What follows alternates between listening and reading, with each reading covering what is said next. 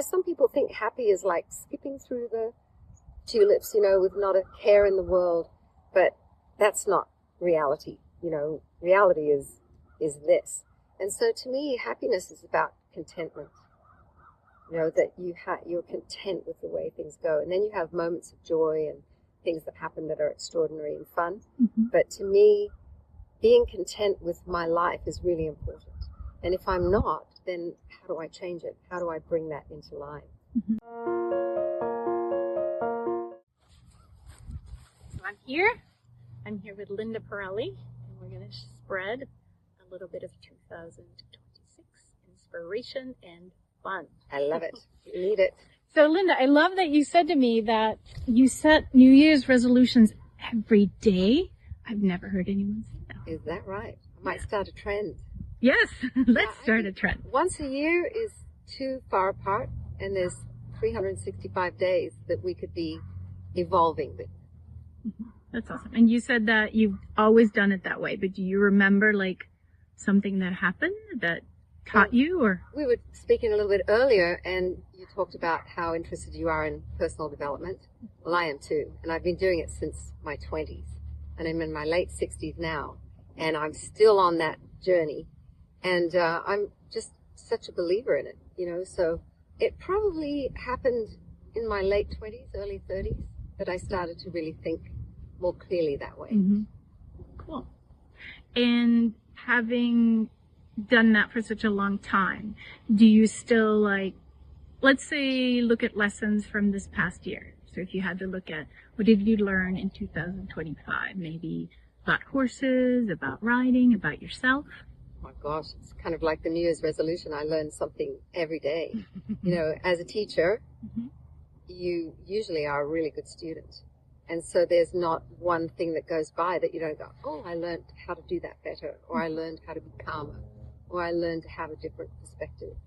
So at the end of every day when I lay down to go to sleep, I think about what I learned that day, what I loved about the day, mm-hmm. people I'm grateful for, things I'm grateful for, and then I sail into sleep. Like, what would be the one lesson from this year if you had to pick one? One lesson from this year.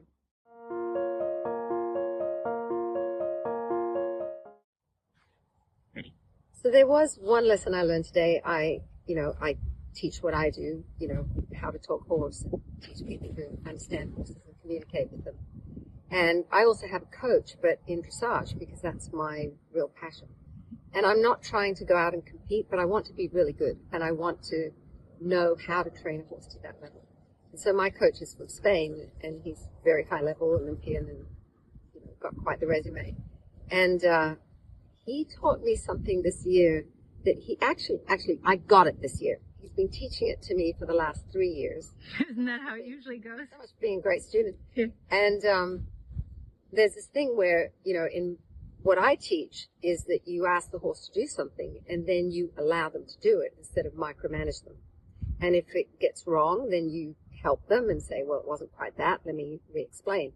So he has a saying of control and then release in the movement. And I had a horse that, was quite a handful. And whenever I release, he'd want to go. And so I would bring him back, and then I'd be afraid to release that much. And I watched Lewis riding a horse that was way worse than mine. And the horse kept wanting to run off, and he'd bring it back, and then he'd push his hands forward and really release. And I saw the change in the horse. It was so dramatic, even though he had to do it several times. Finally, the horse went, I get it. And he did this, and the horse didn't keep running off. And then the horse was really with him, mentally, emotionally, physically, and transformation was incredible. So I watched that, and I went, I finally get it. I really learned that. And so I came home, I did it with my horse, transformational. Then I've been teaching my students the same thing with huge results. So I'd say that was a big one, especially in the horse area of things. That's beautiful. It's funny how sometimes, we have to hear things more than once, but also we have to see it and feel it. That is very cool. And especially because I'd seen him do it with horses that weren't that difficult, but it wasn't that obvious.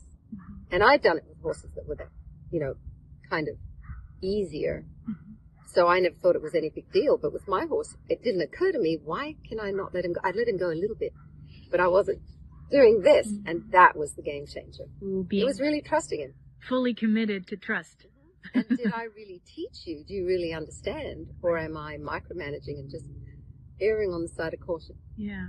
We always have to learn what we teach, right? That's the thing about teaching. That's awesome. And long-term goals. Okay.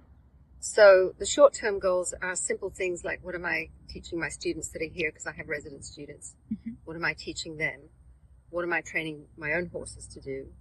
And then I have short-term business goals, things that I have to get done today or this week.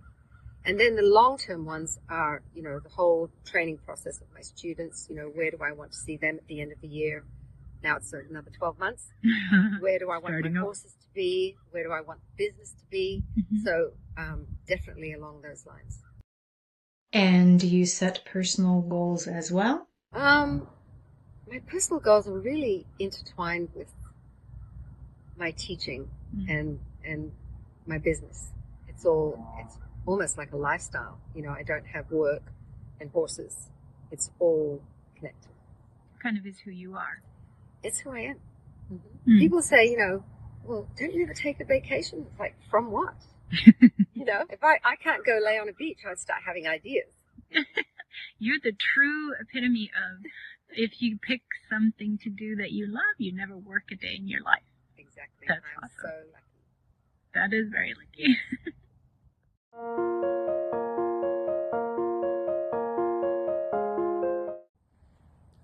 So something else I think of and that I'm very passionate about is emotional fitness, because our emotions can get us undone quicker than anything else. How we perceive things and how we feel about things.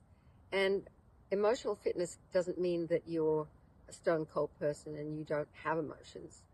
It means you're not ruled by your emotions. And so we're tested with that every day, with horses, with people, with business. Yes. And that's something that I'm very committed to withholding. Like, something bad can happen, but I get out of it as quickly as I can. I don't stay in that funk, because now the rest of your life falls apart. So I'd say that's something that I'm, it's a daily resolution. That is to be more emotionally fit. A beautiful thing. And also goes to choice. But I think a part of fitness that we hardly ever talk about, because we feel like we don't have choice over our emotions. Yeah. So there's really three elements, isn't there? There's mental fitness, which is your knowledge. Yeah. There's emotional fitness, which is how you feel about things. And then there's physical fitness, which you're an expert in. Yeah. And maybe spiritual fitness. And spiritual fitness, very nice. If you want to take it a little bit. Yeah.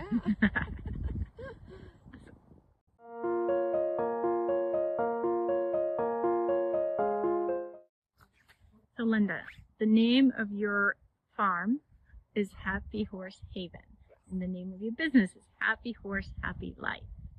And you said to me that you try to infuse everything with that spirit or attitude. Yes, and some people think happy is like skipping through the tulips, with not a care in the world, but that's not reality. Reality is this. And so to me, happiness is about contentment. That you're content with the way things go. And then you have moments of joy and things that happen that are extraordinary and fun. But to me, being content with my life is really important. And if I'm not, then how do I change it? How do I bring that into line? Same thing, when you're dealing with horses or people, they don't always do what you expect. So how do you manage that and go, instead of getting frustrated by it or annoyed, you kind of honor the other person, honor the horse. And it's like, they're entitled to their opinion. How I take it is my responsibility. So I can get mad and aggravated, or I can go, that's interesting. Did it trigger me on something? If it did, and this all happens in nanoseconds, right? If it did, then you go, well, that's just my perception. That doesn't necessarily mean it's not necessarily what the horse or the person meant. And so I try to be that calm in the storm, so that everything can come back to calm and contentment. Because law of attraction. You attract who you are, Yes. not what you do. Yes. That's awesome. And I'm assuming that you teach all your students this. So if you were to give like one little word of advice, it sounds like for you, this is automatic. You've practiced it so many times. But if somebody was to kind of start doing that, what do you tell them? I teach a lot about personality and personality, and to honor how different people and different horses are. And when I was a kid, I didn't think like that, and I was pretty bombastic, and don't ask my sisters about me because I was very bossy. And so I would always think, what's wrong with that person? And I would make them wrong for their thoughts or behaviors and actions. And through my personal development, I started to see how different people were from me. And quite often my weaknesses were their strengths and vice versa. And so then I would look at that. But I think the first thing was to honor that person and really listen to them and connect to them. And once I started learning how to do that, a lot of those feelings just went away. It's just that they are who they are, and I want to get to know them and connect with them. And then it just takes you on a whole different journey. That's very cool. If everybody took that into every day, then that would make all encounters more beautiful and happy, wouldn't it? Yeah. Awesome. And that would make for a beautiful 2026. Wouldn't it? Yes. Year of the horse. Year Fire of the horse. Thank you so much for doing this. This has been amazing. And I wish you the most magical 2026. Thank you very much, Anna. And it was a pleasure. I'm honored to be asked. And also, I've never been asked these kind of questions before, so thank you. It's normally horse-oriented. Yes, but you are a whole person. And this is what makes you such a great horse steward, trainer, teacher. Thank isn't you very it? much. Thank you.